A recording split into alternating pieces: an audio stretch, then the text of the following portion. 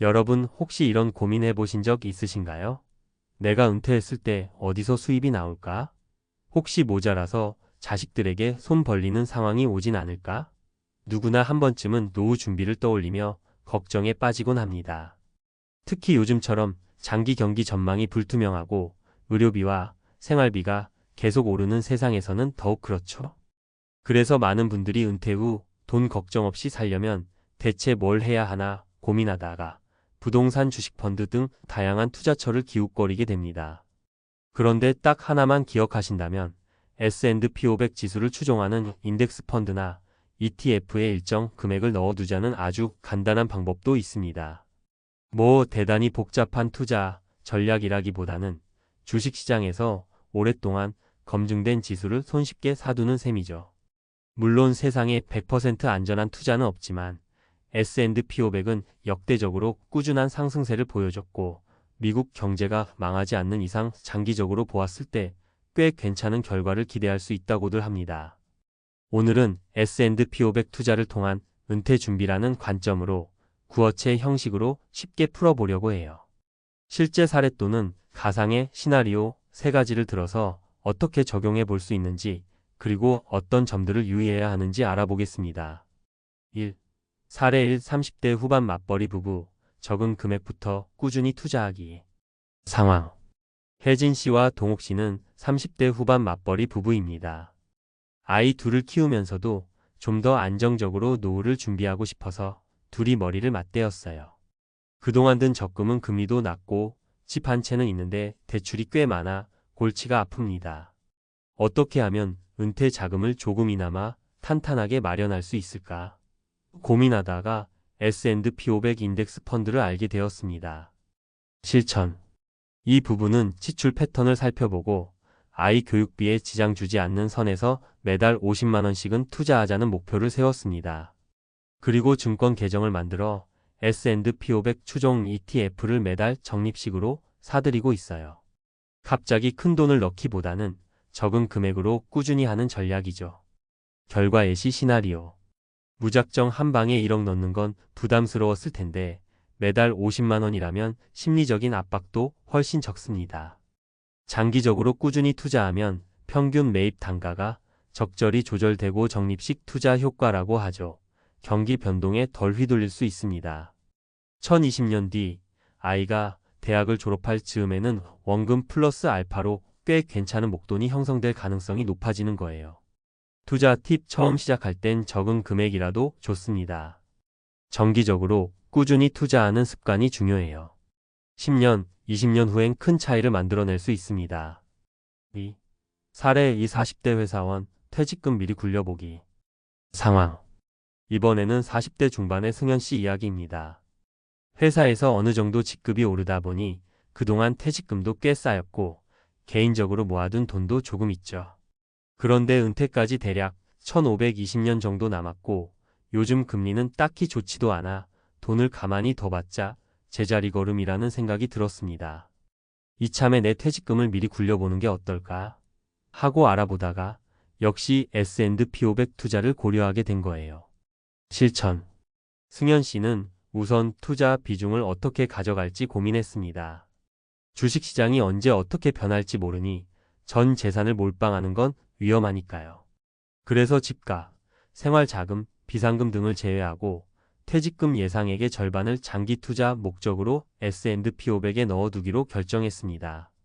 나머지 절반은 적금이나 안전자산으로 운용하면서 혹시 모를 상황에 대비할 수 있게 했죠. 결과 예시 시나리오. 승현 씨가 10년 정도 지나서 계좌를 확인했을 때 시장에 여러 변동이 있었음에도 불구하고 지수는 전반적인 상승세를 유지해 왔습니다.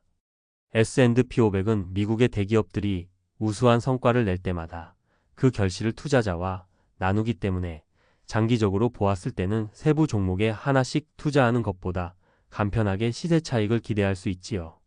투자 팁. 어느 정도 종잣돈이 있거나 퇴직금이 예측되는 상황이라면 한꺼번에 몰빵하기보다는 절반 혹은 일정 비율만 투자하는 식으로 나눠 투자하면 심리적 부담도 훨씬 줄어듭니다. 3. 사례 3. 50대 초반 자영업자, 사업 리스크 분산하기. 상황. 이번에는 50대 초반 자영업을 하는 선미 씨 이야기입니다.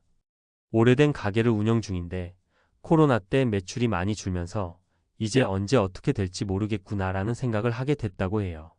가게가 잘 될 때야 문제 없지만 또 팬데믹 같은 변수가 언제 터질지 모르니까요. 실천. 선미 씨는 가게 수익이 올라갔을 때 조금씩이라도 미래 대비 자금을 마련해야겠다고 마음먹었습니다. 가게 매출에만 올인하기보다는 미국 대표 기업에 간접 투자하는 S&P 500을 통해 현금을 분산해서 굴릴 방법을 택했습니다. 주식 투자 경험이 거의 없었으니 복잡한 개별 종목 분석 대신 인덱스 투자부터 시작했죠. 매출이 좋은 달이면 좀 더 많이 매수하고 매출이 나쁜 달이면 적게 사는 식으로 유동적으로 조절했어요. 결과 예시 시나리오. 시간이 흐르면서 선미 씨는 사업에서 생기는 불안감을 조금 덜 느끼게 됐다고 합니다. 가게가 혹시 어려워지더라도 다른 한편에서 투자 이익이 있을 수 있다는 심리적인 안정이 생긴 거죠. 물론 가게가 계속 잘 되면 가장 좋지만 최소한 미래에 대한 안전장치를 마련했다는 점에서 마음의 여유가 생겼습니다. 투자 팁. 자영업처럼 예측하기 어려운 변수가 많은 업종에 종사하시는 분들은 수익이 생겼을 때 일부는 반드시 다른 파이프라인으로 옮겨 놓아야 합니다. 그 역할을 해줄 수 있는 것 중 하나가 S&P 500 투자일 수 있어요. 정리. S&P 500에 딱 이만큼 담아두세요. 사람마다 상황이 다르고 투자 스타일도 제각각입니다. 어떤 분은 매달 소액 적립 투자를, 어떤 분은 퇴직금을 일부 투자하는 방식을, 또 다른 분은 사업 리스크를 줄이기 위한 대안으로 활용하기도 합니다. 여기서 핵심은 장기적 관점과 분산 투자를 잊지 말아야 한다는 거예요. 장기적 관점. 하루아침에 2배, 3배로 불어나는 꿈을 꾸기보다는 적정 기간 최소 510년 이상 꾸준히 투자의 상승 곡선을 타는 전략이 중요합니다. 분산 투자. S&P 500처럼 다양한 업종과 기업으로 구성된 지수에 투자하면 특정 기업이 부진하더라도 전체적으로 타격을 줄일 수 있죠. 투자 비중 조절. 본인의 재정 상황에 맞춰 적절한 비중을 배분하는 게 핵심이에요. 목돈 전부를 넣고 하루 종일 주가만 쳐다보면 스트레스만 쌓이기 쉽습니다. 무엇보다 투자라는 건 내가 감당할 수 있는 범위 안에서 장기적으로 수익을 내는 것이 가장 바람직합니다. 당장 1년, 2년 안에 큰 변동이 있더라도 S&P 500이라는 지수는 지난 수십 년 동안 상승 기조를 유지해온 대표적 지표니까요. 다만 미래에 대한 확신이 100%일 수는 없으니 항상 자기만의 원칙과 심리적 안정선을 지키며 접근해야 합니다. 돈 걱정 없는 노후라는 말, 솔직히 듣기만 해도 마음이 편안해지지 않나요? 하지만 마냥 편안함에 빠지기보다는 오늘 당장 작게라도 움직여보는 게 훨씬 의미 있습니다. 언젠가는 은퇴라는 문턱을 넘어야 할 때가 올 텐데 그 시점에 왜 좀 더 일찍 시작하지 않았을까?